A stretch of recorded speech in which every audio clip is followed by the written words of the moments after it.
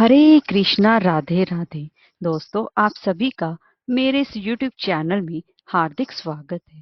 दोस्तों, आज मैं आपको कार्तिक मास महात्म का 18वां अध्याय श्रवण करवाऊंगी। इसके पहले के 17 अध्याय मेरे चैनल पर अपलोड हैं, आप वहां पर जाके श्रवण कर सकते हैं।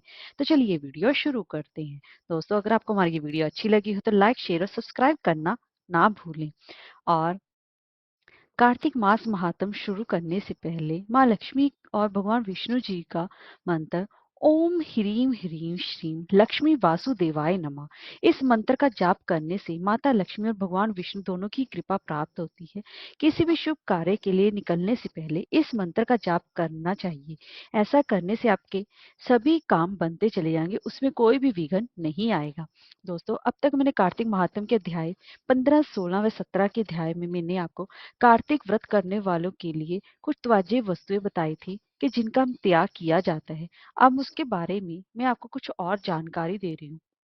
तो कार्तिक मास में ब्रह्मचर्य का पालन अति आवश्यक बताया गया है। इसका पालन नहीं करने पर पति पत्नी को दोष लगता है और इसके शुभ फल भी प्राप्त होते हैं। कार्तिक माहात्म्य में कहा गया है कि ब्रह्मचर्य से रहना, भूमि पर सोना, पत्तल में भोजन यानी कि पत्तों पर भोजन और चौथे प्रहार पहर भोजन कार्तिक व्रती के लिए अवश्य ही करना चाहिए। तो इन्हीं सभी चीजों का ब्रह्मचर्य का पालन मनुष्य को भक्ति की ओर लेकर जाता है। दोस्तों, अब हम कार्तिक मास की कथा प्रारंभ करते हैं। तो कार्तिक मास की कथा प्रारंभ करने से पहले 17वें अध्याय में अब तक हमने पढ़ा कि भगवान विष्णु जी भगवान शिव से कह देते हैं कि वह जलंधर को नहीं मार सकते। तब भगवान शिव क्रोध करके वह उससे जलंधर से युद्ध करने के लिए निकल पड़ते हैं। अब हम आगे की कथा प्रारंभ करते हैं। अब रौद्र रूप महाप्रभु भगवान शिव नंदी पर चढ़कर युद्ध भूमि में आए। उनको आया देखकर उनके पराजित गण फिर लौट आए और सिंहनाद करते हुए दैत्यों पर प्रहार करने लगे। भीषण रूपधारी रुद्र को देखकर दैत्य भागने लगे। तब जलंधर हजारों बाण छोड़ता हुआ शंकर जी की ओर दौड़ा। उसके शुंभ निशुंभ आदि वीर भी शंकर जी की ओर दौड़े। इतने में ही शंकर जी ने जलंधर के सब बाणों को काटकर अपने अन्य बाणों की आंधी से भी दैत्यों को अपने फरसे से मार डाला। खड़गोरमा नामक दैत्य को अपने फरसे से मार डाला और बलाहक का भी सिर काट दिया। घसबर भी मारा गया और शिवगण शीशी चीशी ने प्रचंड नामक दैत्य का भी सिर काट दिया। किसी को शिवजी के बैल ने मारा तो कई उनके बाणों के द्वारा मारे गए। यह देखकर जलंधर अपने शुभ आदिक दैत्यों को धिकारने और भयभीतों को धैर्य देने लगा, कर किसी प्रकार से उनका भय दूर ना हुआ।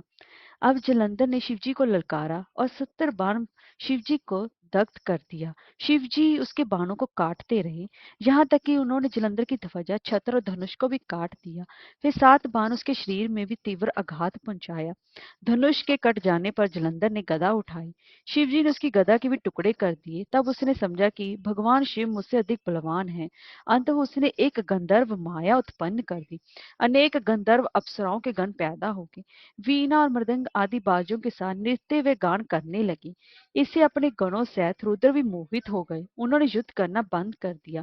फिर तो काम मोहित जलंधर बड़ी शीघ्रता से शिव का रूप धारण कर वृक्ष पर बैठकर पार्वती जी के पास पहुंचे। उधर जब पार्वती ने अपने पति को आते देखा तो अपनी सखियों का साथ छोड़ दिया और आगे आई। उन्हें देखकर कामा तो जलंधर का वीर्यपात हो गया और उसके पवन से वही भी जड़ हो गया। गौरी माता ने उसे दानव समझकर वहीं अंतर ध्यान होकर उत्तर की मानस पर चली गई। जब पार्वती जी ने भगवान विष्णु जी को बुलाकर उस दैत्य राक्षस का कृत्य कहा और ये प्रश्न किया कि आप इससे अवगत हैं। भगवान विष्णु जी ने उत्तर दिया, आपकी कृपा से मुझे सब ज्ञात है। हे माता, आप जो भी आज्ञा करेंगी मैं उसका पालन करूंगा। जगत माता ने भगवान विष्णु जी से कहा, उस दैत्य ने जो मार्ग खोला है उसका अनुसरण उचित है। मैं तुम्हें आज्ञा देती हूँ कि उसकी पत्नी का पतिव्रत भ्रष्ट करो और तभी वह दैत्य तभी मरेगा। पार्वती जी की आज्ञा पाते ही विष्णु जी उसकी शिरोधर कर छल करने के लिए जलंधर की नगर की ओर चल पड़े। तब उसके बाद नारद जी बोले कि रुद्र गंधर्व सहित युद्ध में रहे और विष्णु जलंधर की नगरी चले गए। जब मायांतर ध्यान हो गई तब भगवान शिव को भी ध्यान हुआ और तब शिव जी ने क्रोधित होकर लड़ाई के लिए जलंधर पर चढ़ाई कर दी। शिव जी को आया देखकर जलंधर भी बाणों की वर्षा करने लगा। तब नारद जी बोले कि विष्णु जलंधर नगरी में जाकर वृंदा का पतिव्रत धर्म भंग करने की सोचने लगी। तब वृंदा ने स्वप्न में अपने स्वामी को भैंसे पर चढ़े हुए, तेल लगाए नंगे शरीर पर, काले पुष्पों की माला पहने, राक्षसों सहित नंगे सिर दक्षिण दिशा की ओर जाते देखा। अपने नगर को भी सा पूरे सागर में डूबा देखा। तब वृंदा जाग गई और स्वप्न का विचार करने लगी। सूर्य में छेद व कांतिहीन देखकर, इन अशुभ लक्षणों को देखकर वह रोने लगी। उसे किसी प्रकार का कहीं भी चैन ना मिला, तो वह दो सखियों के साथ बगीचे में आई, परंतु उस भयभीत वृंदा को वहां पर भी सुख न मिला।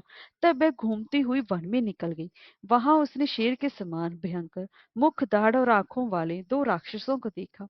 उनको देखकर वह डर गई और भागने लगी। उसी समय उसने शांति रूप मौन धारण किए हुए एक शिष्य सहित एक तपस्वी को देखा। तब वृंदा राक्षस के डर से वह मुनि की शरण में जाती हुई बोली, हे मुनि, मैं आपकी शरण में हूँ, मेरी इन राक्षसों से रक्षा करो। मुनि ने अपने हुंकार मारकर राक्षसों को भगा दिया। मुनि के हुंकार से राक्षसों को भगा देकर वृंदा प्रणाम करके वचन बोले, हे महाराज, आपने मेरी रक्षा की है, अब मेरी सुनिए। मेरे पति जलंधर भगवान शिव के साथ युद्ध करने गए हैं, सो वो वहां वे कैसे हैं? मुनि, मुझे अपने ज्ञान द्वारा ये बताइए। नारद बोले। मुनि वृंदा के वचन सुन ऊपर देखने लगे। उसी समय दो वानर आए और मुनि को प्रणाम कर खड़े हो गए। मुनि ने भृकुटी द्वारा संकेत किया कि वे वानर आकाश में चले गए। कुछ समय बाद मुनि के सामने आकर खड़े हो गए। उनके हाथ में जलंधर के सिर व कवच थी। उन्हें देखकर वृंदा पति दुख से दुखी होकर मूर्छित हो गिर पड़ी। तब मुनि ने कमंडल से पानी छिड़कर उसको चैतन्य किया। तब वृंदा अपने मस्तक को पति से मस्तक पर रख दुख से रोने लगी। वृंदा ने कहा, हे प्रभु, आप मुझे जो पहले सुख देते थे, सो आज आप निरपराधिनी से क्यों नहीं बोलते?